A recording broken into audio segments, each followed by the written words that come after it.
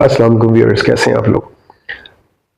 Mostly हमने ये सुना है, आजकल काफ़ी चल रहा है अबाउट एजिंग, कि एजिंग जो है वो it's just a number, it's a figure, nothing else. तो भाई अगर एजिंग सिर्फ ये उम्र का बढ़ना एक नंबर है, तो don't bother for that. Means the time which is coming seems dangerous because you can have a memory loss, you can have a malfunctioning in your metabolism and different diseases. Now to just relax and don't worry about the things you have done a lot of work in life, now you relax. No, अगर आप किसी को बिठा देंगे retire करके, तो वो समझे आपने उसको मार दिया। सबसे अहम चीज़ जो है वो है इसके खिलाफ बात करना कि रिटायरमेंट इज नथिंग। ये जो ब्रिटिश अपने साथ सिस्टम लेकर आए थे, इससे पहले कोई रिटायरमेंट नहीं थी। हमें तारीख इस्लाम में, even history of the world में कहीं भी रिटायरमेंट का लफ्ज़ नहीं सुनने में आता। ये किसने निकाला? ये भी ज़ायनिस्ट का एक वो थी तख्लीक, जिन्होंने फॉर द अदर नेशंस उनको कोलैप्स करने के लिए, उनको डिग्रेड करने के लिए, बस अब बूढ़े हो गए और 60 के बाद 60 के बाद तुम काम नहीं करोगे, और ये कह दिया कि ये अगेंस्ट खड़े ना हो जाए, तो बोलो तुम रिलैक्स करो, मैं बहुत काम की ज़िंदगी में। और फिर उसके बाद उसको डल कर देना उस बंदा। मोस्टली हमने देखते हैं कि लोग रिटायरमेंट के बाद बीमार पड़ जाते हैं, लेजी हो जाते हैं, लेकिन वो जो अब उसके बाद भी कहीं ना कोई काम कर लेते हैं, चाहे वो कहीं और छोटी मोटी जॉब कर लें बिजी रहने के लिए, कि वो आने जाने का रूटीन लगा रहे, तो या फिर कहीं कोई सोशल वर्क कर लें या अपनी हॉबीज़ में से कोई चीज़ कर लें, तो वो जो है वो चलते फिरते नजर आएंगे आपको। तो हमें सॉल्यूशन नहीं बताते, हमें उसका तरीका नहीं बताते, बस एक बात मशहूर हो गई कि इट्स जस्ट अ फिगर। तो भाई फिगर क्या, अब हम बात करेंगे आज इस पर कि हमें फिर करना क्या है। बात सही है कि इट्स जस्ट अ फिगर, लेकिन एक हद तक ट्रुथ भी है, सच भी है, हमें एक्सेप्ट करना पड़ता है। क्योंकि हम जितना पहले जवानी में और बचपन में खाते थे उतना नहीं खा सकते, हर चीज़ खा सकते थे, फिर नहीं खा सकते इस एज में, और जिस तरह दौड़ भाग पहले कर सकते थे वैसे अब नहीं कर सकते, जितनी एनर्जी पहले होती थी अब नहीं होती। Of course there is a difference, बच्चे में, लड़के में, नौजवान, जवान, फिर अधेड़ उम्र, मिडिल एज, फिर ओल्ड एज, फिर बहुत ही ज़ाफ़त, बहुत ही ओल्ड एज। तो 7 एजेस ऑफ मैन जो शेक्सपियर के आया, आपने जिन लोगों ने पढ़ा होगा कि उसने 7 एजेस में इंसान को बांटा है, बर्थ से लेकर डेथ तक। तो उसको हमें बताना भी चाहिए। तो हम इस पे लेट्स टॉक अबाउट दिस कि हमें फिर कैसे अपने आप को फिट रखना है। तो सबसे पहले चलते हैं 50s में। जब आप 50s की हो जाएं, चाहे मर्द हैं औरत हैं, औरतें तो हमेशा ही काम करती होती, मैं देखता हूँ खवातीन तो कितनी भी बेचारी किचन में यहाँ वहाँ, उनकी रिटायरमेंट, उनकी छुट्टी, उनका कुछ नहीं आता, इसीलिए ज़्यादातर खवातीन एक्टिव नज़र आती हैं और बेवा देर से होती हैं। मतलब यह कि वो खुद अपने शौहर को विड ओवर करने में, मतलब बहुत कम खवातीन की डेथ पहले होती है, शौहर पहले ही जाते हैं, वो तो उनके ऊपर इतनी टेंशन होती है, बेचारे पहले ही चले जाते हैं। लेकिन होता ही है कि जो शौहर, जो मर्द अपने आप को रिटायरमेंट के बाद या ये कि अगर आप प्राइवेट जॉब करते हैं या अपना बिजनेस करते हैं, तो वो टोटल अपने बच्चों के हवाले करके घर में बैठ जाना, दिस इज रॉन्ग। कहीं ना कहीं आप उनको सुपरवाइज करें, उनके साथ जाएं, रोज नहीं तो कम से कम थोड़ी देर के लिए जाएं, रोज जाएं या फिर स्किप करके जाएं, ऑल्टरनेट डेज जाएं, ट्वाइस इन अ वीक जाएं, लेकिन जाएं।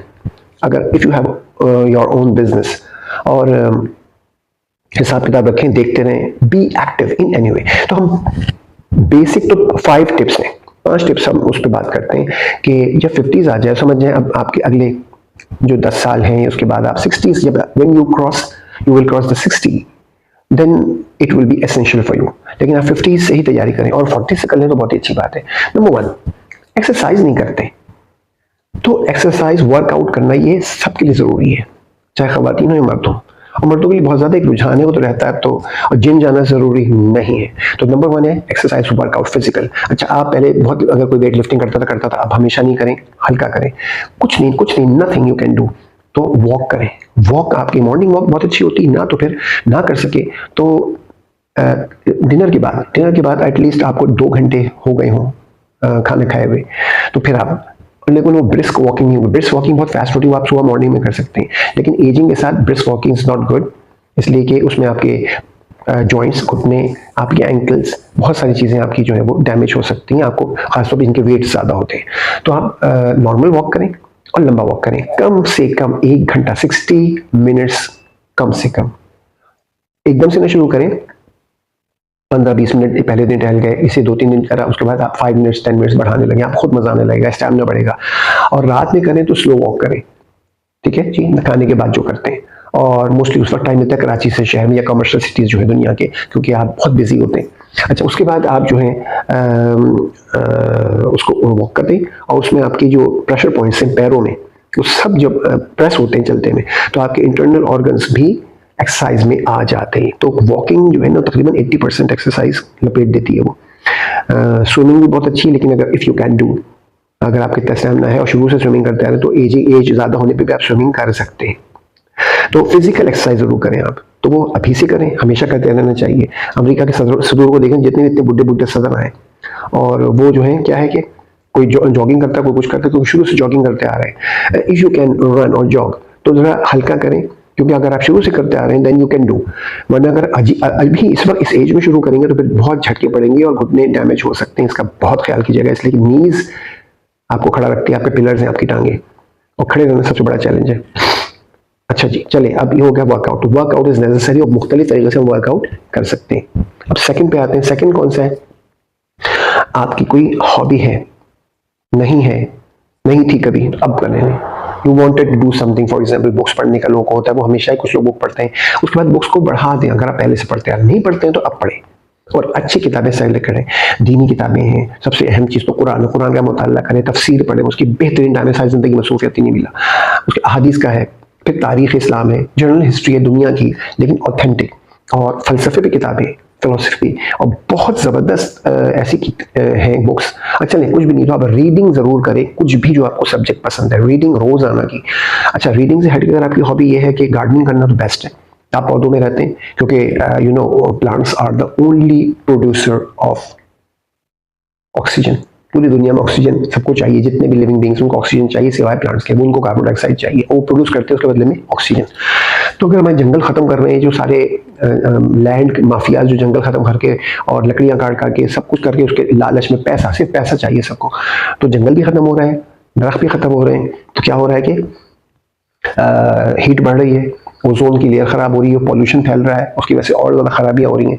तो एनीवेज हम उधर चले जाएंगे, अभी हम वापस आते हैं। जब आप पौधों में रहेंगे ना, तो वो ऑक्सीजन बना रहे हैं, आप जहाँ पर काम कर रहे हैं, बीज बो रहे हैं, कोई प्लांट अपना ट्रांसफ़र कर रहे हैं किसी गमले से किसी क्यारी में, जो भी कर रहे हैं आप, यू इनहेल प्योर ऑक्सीजन, क्योंकि आपके पौधों में यहाँ पे तो प्योर ऑक्सीजन मिल रही है आपको। लेकिन that in the day time, night में गार्डनिंग ना करें, सिवाय इसके कि बहुत ज़रूरी कोई काम हो तो कर लें। नाइट में गार्डनिंग ना करें, इसलिए कि उस वक्त ऑक्सीजन वो ले रहे होते हैं और कार्बन डाइऑक्साइड छोड़ते हैं, तो हमारे लिए अच्छा नहीं होता, वो तो फिर ख़राब है सेहत के लिए। डे टाइम में, अर्ली मॉर्निंग से लेकर के बिफोर द डस्क, यानी सनसेट से पहले पहले, और उससे इंसान मेंटली भी बहुत उसको फ़ायदा होता है, बहुत। जैसे बुक रीडिंग से फ़ायदा होता है, वैसे गार्डनिंग जैसी हॉबी ऐसी है कि mentally you think a lot. जब आप मिट्टी देखते हैं, उसको ऑब्जर्व करते हैं, उसमें अर्थ फॉर्म्स देख रहे हैं, कैसे तक उसको डिगिंग के लिए बनाया है, कि उसमें वो मिट्टी को रोल ऑन करते हैं, उसमें ऑक्सीजन अंदर तक पहुंचाते हैं, मतलब फर्टाइल करते हैं लैंड को। सॉइल कैसी होती है, खाद कैसे डलती है, तो आदमी जब उसके ऊपर करता है ना, प्लांट्स कैसे गिरते हैं, तो अल्लाह की तारीफ करता है कि क्या ज़बरदस्त है, इसी मिट्टी से उसने मुख्तलिफ लज्जत के और नरिशमेंट और टेस्ट के और वाइटामिन के, मिनरल्स के हमें जो है फ्रूट्स और वेजिटेबल्स दिए, जो उगते अनाज उसी मिट्टी से। सबके फवाइद डिफरेंट है, कलर्स डिफरेंट है, बनावट डिफरेंट है, जो कुरान में पूरा है। तो नेचर के करीब रहते ना। अच्छा, एक और हॉबी होती है जानवर पालना। ऐसे जानवर, पेट्स की बात नहीं कर रहा, पेट्स तो आप बिल्ली और ये सब पालते रहते हैं, परिंदे वरिंदे। मुर्गियाँ पालना, अंडे भी देती, फायदा होता है, खा भी सकते हैं काट के। बकरियाँ पालना, गाय पालना, अगर आपको इस तरह की कोई चीज़ है, और आप फार्म हाउस वगैरह अपना फार्मिंग कर सकते हैं, घर में पालना के शौक है तो बेहतरीन है। वैसे बकरियाँ पालना तो सुन्नत है सॉरी। तो वो आपको बहुत फायदेमंद देता है, उनसे आप बहुत कुछ सीखते हैं। बहुत सारे अंबिया करम अलैहिस्सलाम ने बकरियां चराई हैं, उससे क्या होता है, वो ट्रेनिंग थी उनकी, कि जिस तरह खुली हुई बकरियां, रस्सियां तो नहीं होती हैं, एक शेफर्ड, एक गधेड़िया कैसे उनको हाँकता है, बहुत ज़्यादा लंबा झुंड होता है, तो वो फिर वो कुत्ते, डॉग्स होते हैं जैसे जर्मन शेफर्ड वगैरह, वो रखवाली के लिए वो ट्रेनिंग की जाती है, वो उनको हाँक के अंदर जमा रखते हैं, जो आपने देखा होगा। तो ये काम है कि पूरी कौम को लेके चलना और गाइड करना, उनको लीड करना, ये सीखते हैं। तो एक ट्रेनिंग है, तो ये कोई मामूली काम नहीं है, मामूली बात नहीं है, बहुत ही अहम है, ठीक है, अगर हम समझें तो इस तरह की बहुत सी जो भी अच्छी हेल्दी हॉबीज वो अपनाएं। 2 हो गया। नंबर 3, आप बिजी होंगे इस तरह से, ठीक है, एक्सरसाइज का हो गया, इसका हो गया। Number 3, if you have forgotten your old friends, school friends, Madrasa friends, college university जब के भी थे, पुराने फ्रेंड्स जिनको आप अच्छी तरह जानते हैं, जो आपको जानते हैं, जिनका ऊंच नीच आपको पता है, उनसे कनेक्शन लें, उनसे मिलें। मेरे स्कूल के एक दोस्त ने बनाया जो कनाडा में रहते हैं, और पता नहीं कहाँ का दुनिया में बिखर गए सारे स्कूल फेलोज। तो हम सब ने एक ही साथ पढ़ा और एक साथ मैट्रिक किया वहीं से। तो उसने बैच बनाया और उसको ये एक कहने क्रेडिट जाता है। और फिर आज इसको भी बने हुए इस ग्रुप को तकरीबन 9 से 10 साल हो गए। और यकीन करेंगे जब फर्स्ट टाइम मिले हम हैरान रहे, कौन कैसा हो गया, किधर चला गया, कौन कहाँ रहता, पता चला कौन कहाँ। ये एक फ़ायदा है आज के नेटवर्क का, यानी इंटरनेट का बड़ा फ़ायदा है, व्हाट्सएप और फेसबुक का। ये तो ये सब सारी जो पेजेस हैं, इनसे जो इनके पॉजिटिव पॉइंट्स है उसमें मैं बात कर रहा हूँ, नेगेटिव की बात नहीं कर रहा। और हर चीज़ नेगेटिव जानी भी नहीं चाहिए। बिछड़े हुए लोगों को मिलाया, पता नहीं कौन कहाँ। मेरी कज़न ऑस्ट्रेलिया चली गई, वहीं शादी की, बहुत ज़माने बाद मिली, किस तरह फेसबुक पे। तो लोग इस तरह हमारे, तो हम लोग इतने, ऐसा लग रहा था कि जैसे अब जब भी हम मिलते हैं, जब भी कोई एलुमनाई हो जाता है, कोई बाहर से आया होता है, 2-3 लोग आ गए तो सबको जमा कर लिया, फिर जमा हो गए। यहीं पर है, कराची में है या पाकिस्तान में कहीं इधर उधर है, तो वो आ गए तो जमा हो गए। तो यकीन कर सकते हैं हम 9-10 के बच्चे हैं स्कूल के, और हम उसी तरह से एक दूसरे से बात करते हैं, वही स्टाइल हो जाता है। लगता है जब हम उस महफिल से निकलते हैं तो वापस आके हमारे घर वाले भी हैरान होते हैं, बच्चे के नाम से, भाई बाबा तो बड़े फ्रेश नजर आ रहे, पुराने दोस्तों से मिल के आ रहे। तो कहते हैं जाया करें। सॉरी, कल ऐसे नहीं, मौसम खराब है, ना सर्दी ना गर्मी, एक तरफ हो ही नहीं रहा है, तो बारिश अलग से बीच में हो जाती है, अनएक्सपेक्टेड। तो ये जो चीज़ें हैं, मेरे एक हमारे स्कूल फेलो में हैं वो कपल, तो वो लोग बड़े शायद संजीदा होते होंगे अपनी ज़िंदगी में बाद में। तो उन्होंने बताया कि जब हम लोग खूब हंसते बोलते घर पहुंचे, तो हाँ खाली हंसी मजाक करते हम दाखिल हुए घर में, तो हमारे बच्चे हैरान हो गए, like this staring at us. क्या हो गया बेटा, सब लोग आंखें को फाड़ के हमें क्यों देख रहे हो? कहते मामा बाबा आप लोगों ने तो, हम लोगों ने कभी आपको इस तरह हंसते देखा ही नहीं। आप लोग कहाँ, क्या किसके पास चले गए थे, कहाँ गए थे? तो उन्होंने बताया कि भाई हमारे पुराने स्कूल फ्रेंड्स थे, तो ये हुआ, पुरानी बातें हुई, तो पुराने लग रहा है हम बच्चे हो गए। तो वो बड़े शौक से और खुश होकर सुनते रहे। हम बच्चों ने कहा कि प्लीज रिक्वेस्ट है आपसे, go again and make a plan to meet them time and again whenever you get time.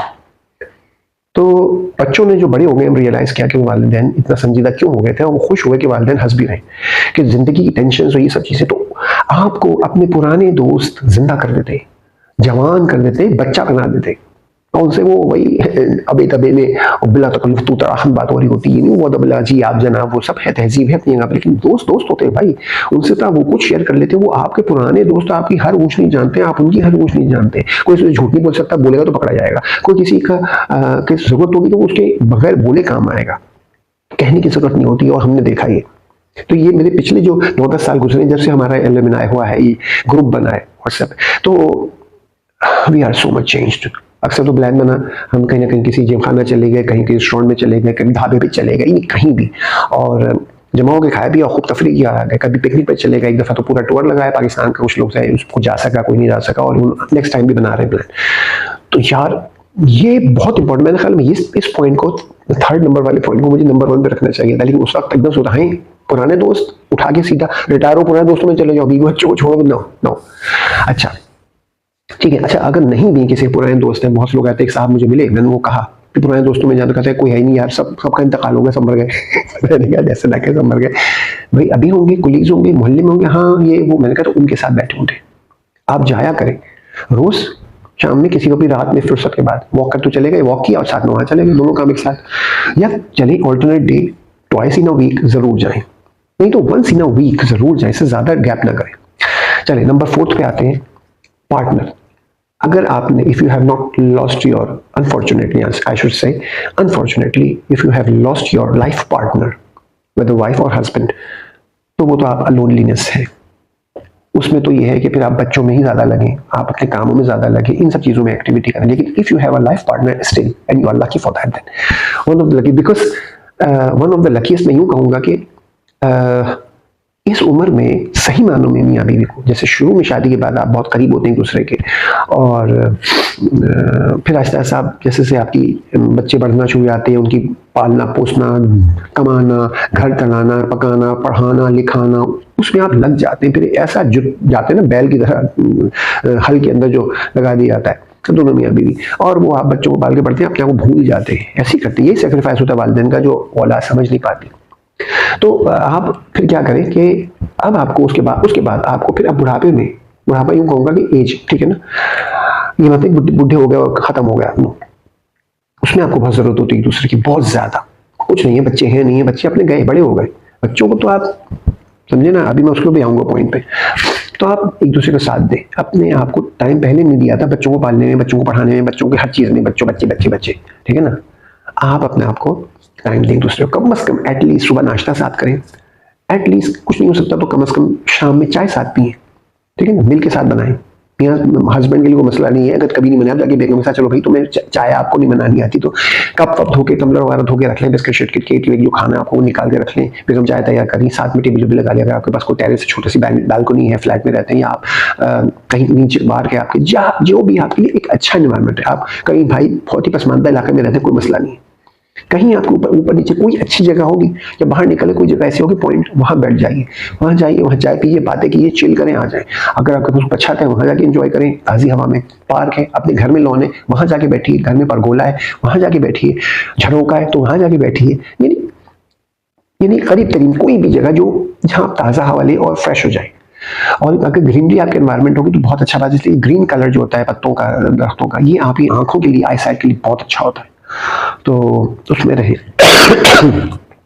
अभी सॉरी, अच्छा, तो वो आप टाइम डिस्कस करें, और कभी कभी बाहर चले जाए बेगम को लेकर के, मियाँ या तो बेगम को इनकरेज करेंगे, चलो आज बाहर चलते हैं, और बेशक परहेजी वाला खाना अगर कोई ऐसा है हल्का फुल्का वो खाना खा ले।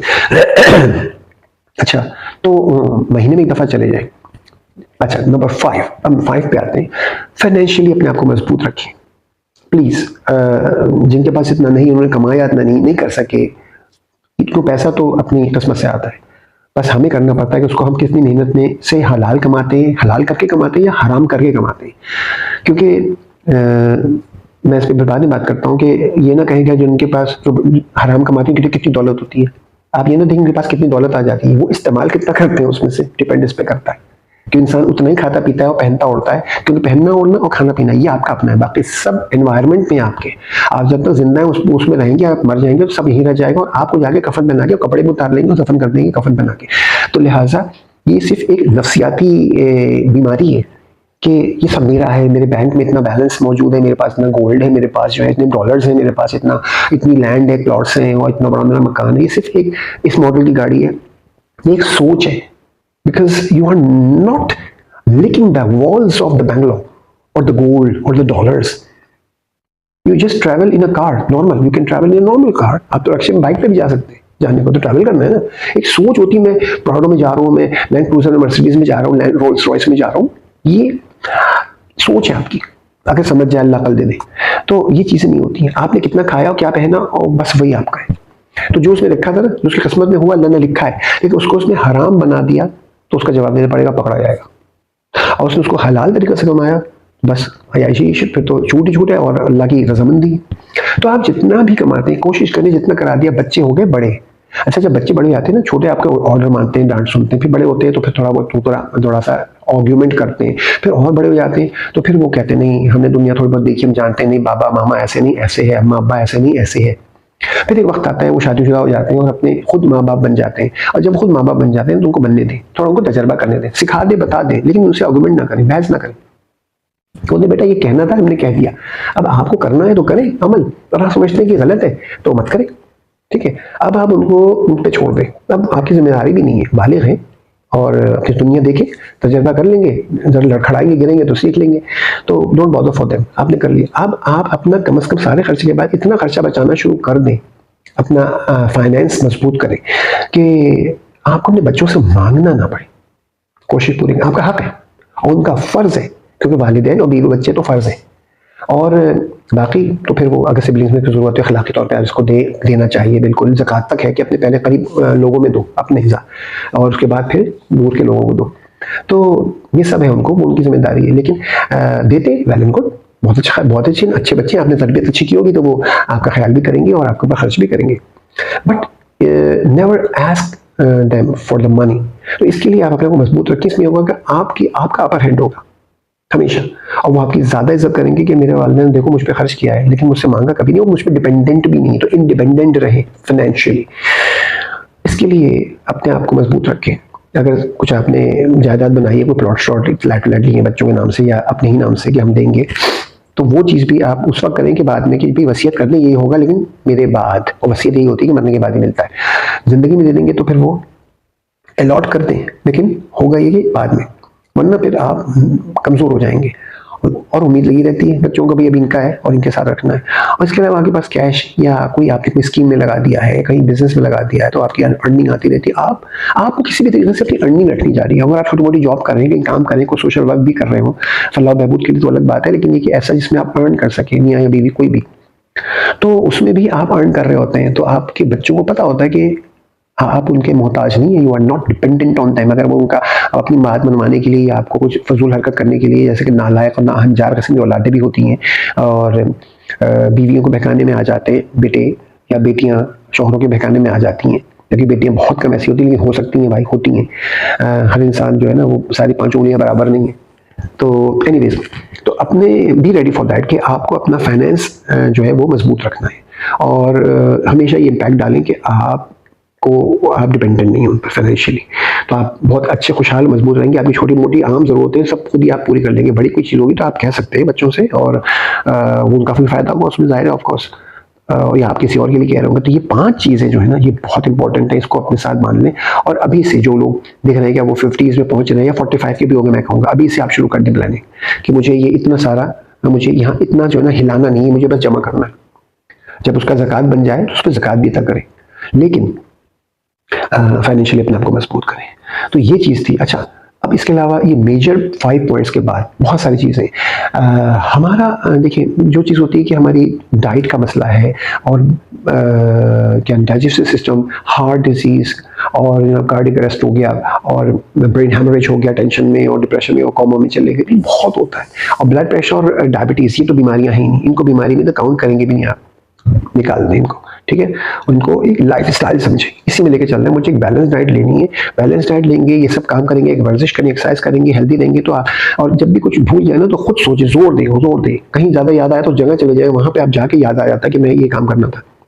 तो आपकी मेमोरी लॉस नहीं होगी, आपकी सारी जो कहना चाहिए मेटाबॉलिज्म, बॉडी फिट रहेगी। तो आप जो है ना डॉक्टरों से, दवाइयों से भी भागेंगे, दूर रहेंगे। अल्लाह ताला दूर रखे सबको। इससे मैं कहता हूँ कि वाकई ये तो एक माफिया है, फार्मास्यूटिकल माफिया, हॉस्पिटल माफिया, सारे माफियाज, क्योंकि ये केमिकल की दवाएं खिला खिला के हम लोग जब पहले जड़ी बूटियाँ यूनानी इलाज बिल ग़िज़ा, यानी रसूल सल्लल्लाहु अलैहि वसल्लम का जो हमारे नबी का तरीका है ग़िज़ा से इलाज, उसको छोड़ दिया हमने। अरब को देखिए बहुत कम बीमार पड़ते हैं, क्यों?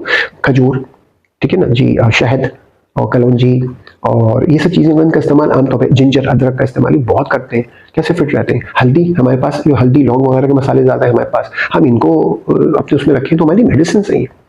तो हम इस तरीके से अपने आप को अपने मेडिकली इस चीज़ से, दवाइयों से दूर रखने का बहुत अच्छा तरीका है। तो 2 मील डाइट लें, 2 मील, ठीक है, 2 मील डाइट लें, बहुत होता है। सुबह तगड़ा नाश्ता करें, अच्छा, दिन में दोपहर में कभी हल्की भूख लग जाए तो कुछ डेट्स, खजूरें खा ली, फ्रूट्स खा लिए, नट्स वगैरह पड़े थोड़े वो खा लिए, एक आध बिस्किट वगैरह खा लिया, बस दैट्स इट। जैसे शाम की चाय के साथ होता है, लंच नहीं, पूरा खाना खा रहे हैं। और फिर आप क्या होगा, आपको सही मानो भूख लगी होगी और आप फौरन मगरिब के बाद, जब भी मगरिब होती है, आप रात का खाना खा लें सवेरे। तब तक होगा कि फिर ईशा पढ़ें, आराम से जाएं और आप जो है वो वॉक करें, आपका खुद ही टाइम गुजर जाएगा और फिर आपका खाना हजम हो जाएगा। फिर आप सोएंगे तो बहुत बहुत अच्छी नींद आएगी, ताजुब भी उठ सकते हैं, फजर में भी आँख खुल जाएगी। और ये हमारा जो रातों का जागना, ये सब चीज़ें ही इंसान को फंसा के मरवा दिया, बीमार कर दिया है, इन दवाइयों ने, एलोपैथ और ये सब चीज़ों ने, ये सिस्टम ने हमारे पुराने उसमें आइए, नेचुरल उसमें, नेचर के उसमें आ जाइए, नेचर के करीब रहिए, नेचर के करीब रहिए। इनऑर्गेनिक नहीं खाइए, ऑर्गेनिक खाइए, ठीक है ना। अब ये फाइंड आउट करना आपका काम है। तो याद रखिएगा। अस्सलाम वालेकुम वरहमतुल्लाह।